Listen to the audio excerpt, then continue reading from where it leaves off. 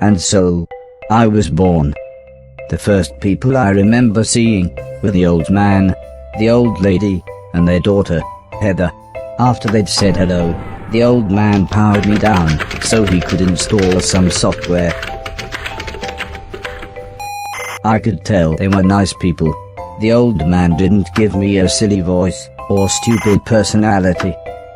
And the old lady didn't dress me like a clown. Although for some reason, Heather really didn't like me. Once I'd had time to get used to walking, the old man asked me to dash from one end of the room to the other.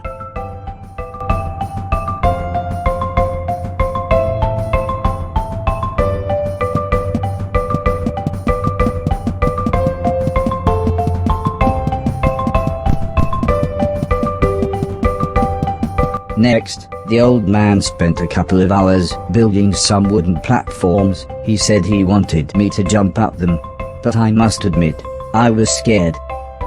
It wasn't until I saw Heather and her mother happily climbing up them that I decided it might be okay.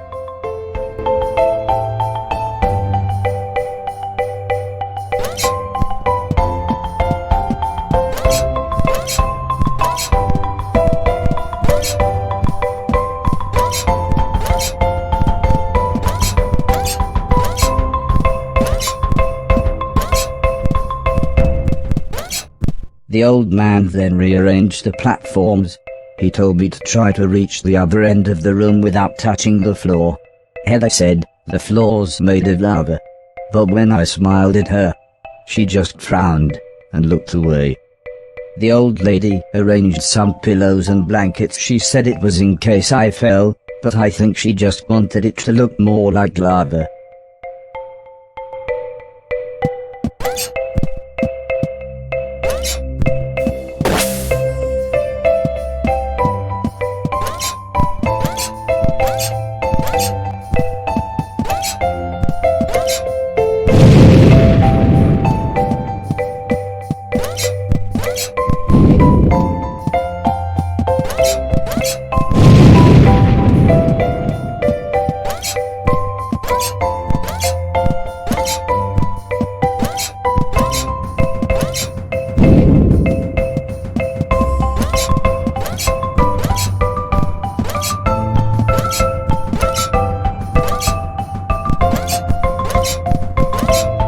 When I reached the other side, the old man just smiled and said, "That'll do, for now."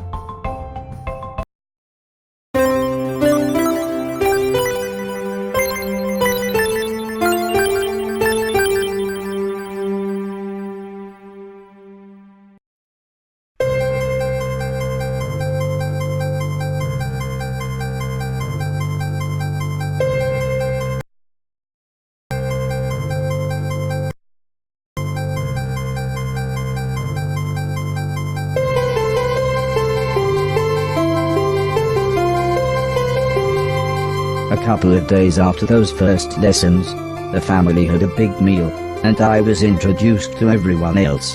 The professor was the old man's brother. He was very quiet, and always seemed to just kind of stare at me. He had lived with the old man for 5 years. The house was so huge they barely saw each other. He preferred instead to stay in his room, leaving everything up to his butler, Mr. Deck, as he insisted everyone call him, although the professor always called him Anton. For a while, he called me the yellow bastard, but the old man made him stop, as he thought it sounded racist. Mr. Silton was the old man's driver. Before he worked here, he'd gotten in with some bad people and was the driver in a post office robbery, although it all went wrong for some reason. Mr. Silton showed me a video of his band. I'm sure some people must like it, but I just found it terrifying. Then there was Alice. She was the cook. She was a nice old lady. When she was younger, she had been a TV chef. Then, years later, she had a small part in Coronation Street. Mr. Silton said, before she worked for the old man, Alice was quite a hoarder. She kept old newspapers and bicycles. and something about a pool in a shoebox. The next morning, the old man gathered everyone together to show them what I was capable of. "What else does he do?" asked Mr. Silton. The old man smiled. "He can help around the house." "Could he help me with my newspaper collecting?" asked Alice. "I'm not sure that's a good idea," said the old lady, "but he can do all sorts of jobs." "Yeah," said Mr. Silton, "shove a stick up his ass and he can do Dick's job." Now, said the old man, "we have company," pointing to some important-looking people. Two large men, both called Gary, set up what the old man referred to as lasers. He said again, I should try to get from one end of the room to the other, but I shouldn't be worried, as I had a special chip which meant no matter how damaged I was, I couldn't die. He said it was like infinite lives in a video game. But when he realized I didn't understand, he said he would explain another time.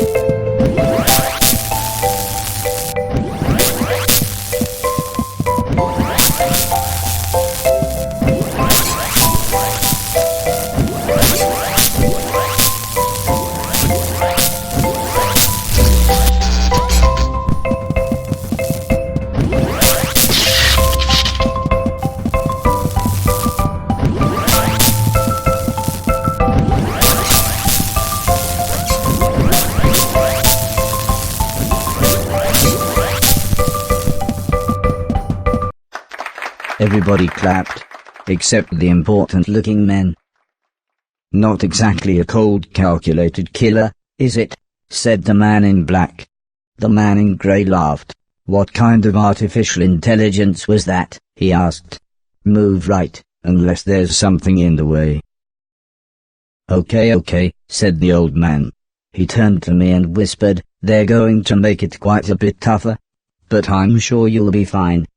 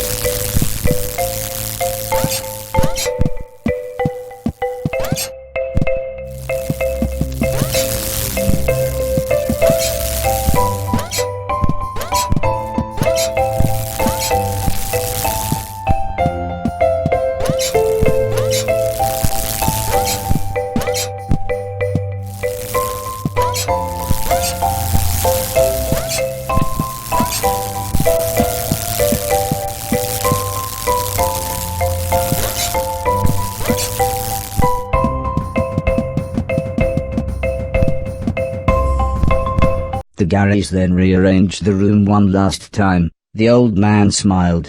Now, there's no need to look so glum," he said. "I'm still happy with everything you've done today. So this time, I was determined to do him proud."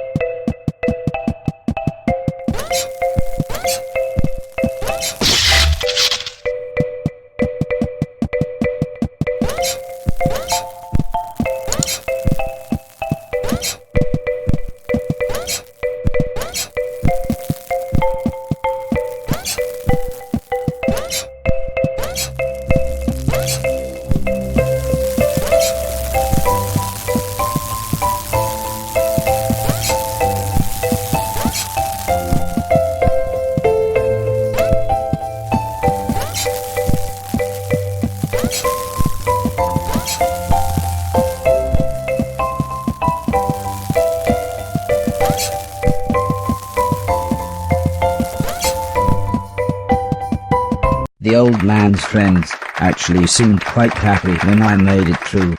"We might have a winner after all," said the man in black. "It's no Killbot 3000, but you can almost see the fire in its eyes." A couple of days later, the old lady said she had a surprise for me, my own room. She also wanted to play me some music. I wasn't sure after what Mr. Silton had shown me.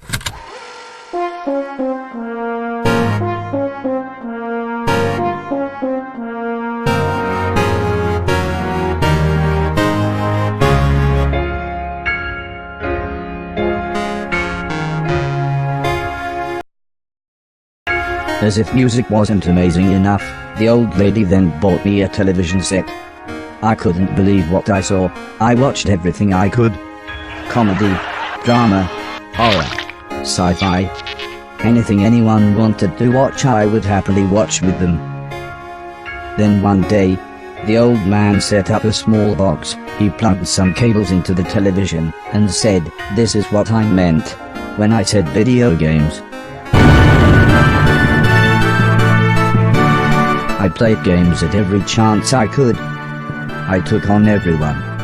I was unstoppable. I had enjoyed music, film, and television. But to me, video games really were the highest art form.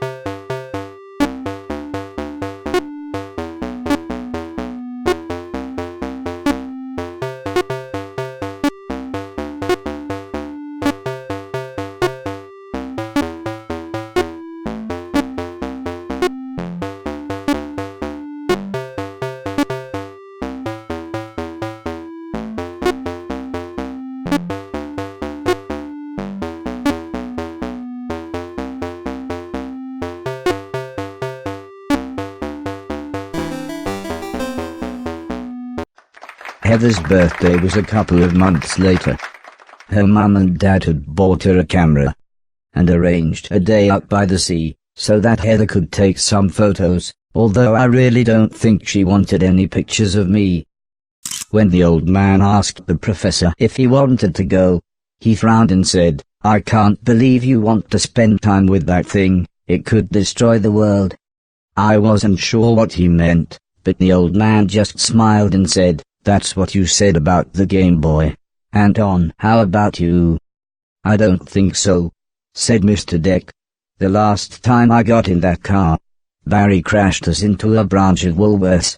I never would have gone into Woolworths of my own accord." The old man explained that the car was old and the brakes had failed, but Mr. Deck was having none of it. So Mr. Silton drove, and Alice came along for the fresh air.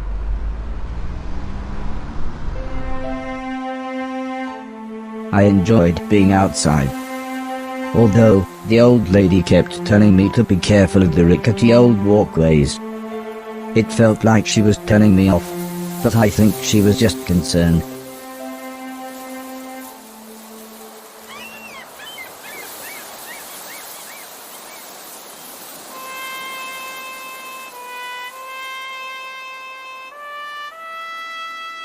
As the old man and I stood on the clifftops, I could see something in the distance. I wasn't sure what it was, so I asked the old man. He said it was a battleship that had sunk in the 1940s. But he looked so sad when he spoke about war.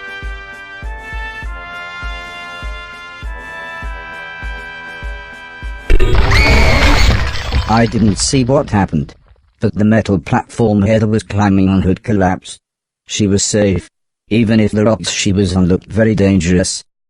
The tide was rising, and we didn't know how long the Coast Guard was going to be, so I offered to climb down and get her. The old man agreed, but said I should be careful, as Heather doesn't have infinite lives, like I do.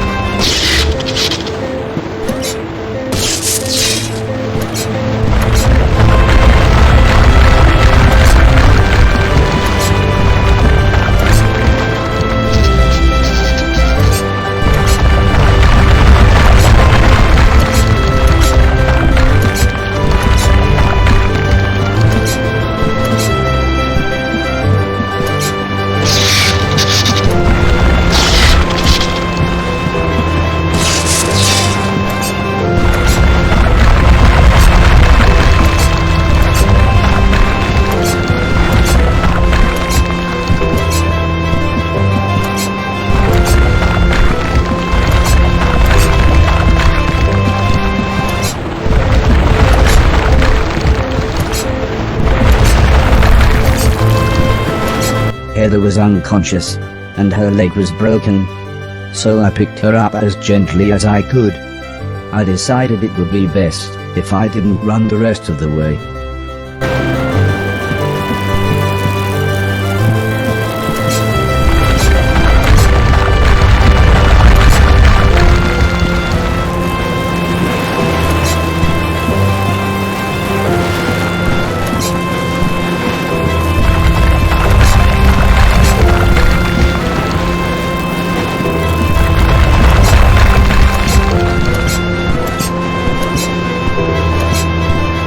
An ambulance had arrived by the time I had made it back to the Clifftop. The medics made sure Heather was okay, and then took her off to hospital. A few days later, we all went to see how she was doing. She was fine, but would have to wear the cast for a couple of months.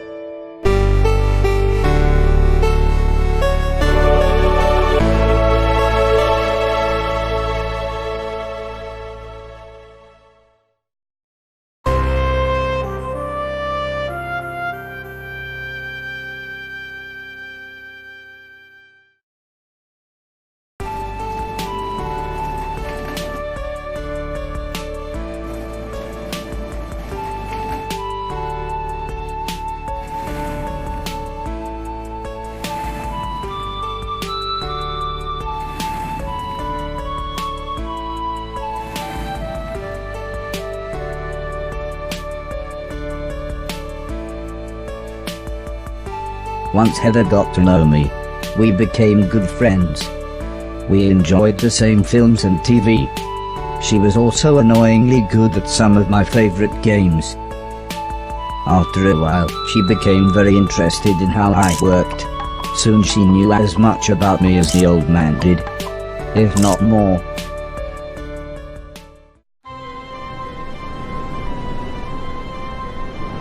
We spent the next couple of months visiting other countries, as when it came to teaching me things, the old man always liked to pick interesting locations. He had explained the basics of mathematics to me at the Great Pyramid of Egypt. Taught me history in the dead of night, surrounded by mysterious giant stones. And even showed me science in action high up in a hot air balloon. This is why I was surprised when the old man took me to a restaurant. It was nice, but it seemed very somber compared to the previous grand locations. He said he just wanted to chat, and this was nice and quiet. Plus it was his favorite place to eat. We talked about life, the universe, Douglas Adams. Everything really. When I asked him why were we here, why did we exist, he just smiled and said, life is like a game, just don't expect to be finished anytime soon. When I looked puzzled, he said, well, everyone should have a purpose. So I asked him, what's my purpose? He thought for a bit, then said, so you want to be a real boy? Which just confused me even more. Eventually the old man said, for now, I want you to help clean things around the house. I must have looked unimpressed, as he then said, okay, I want you to clean 1,000,000 things.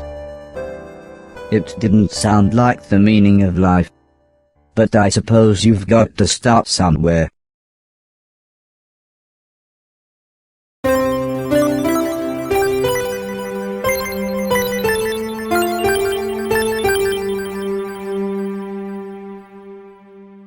The next day, the old man said he wanted to install some more software, so he powered me down. When I came to, he said Mr. Silton had a joke for me, and that I should pull his finger. I don't think I got the joke. So the old man powered me down again. This time when I pulled Mr. Silton's finger, I got the joke. But it wasn't very funny.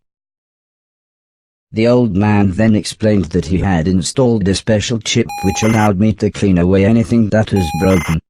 He said it also tells me how many things are nearby, and how many smaller things are in a bigger thing. It all sounded very complicated, but he said all I really had to do was pause, and it would bring up all the information I needed. He then said he wanted me to find and clean all of the items in the room. He told me there would be some chains to climb, but that would be nice and easy, as I just had to press up. He then finished by saying, when I had collected all the items, I should come back here,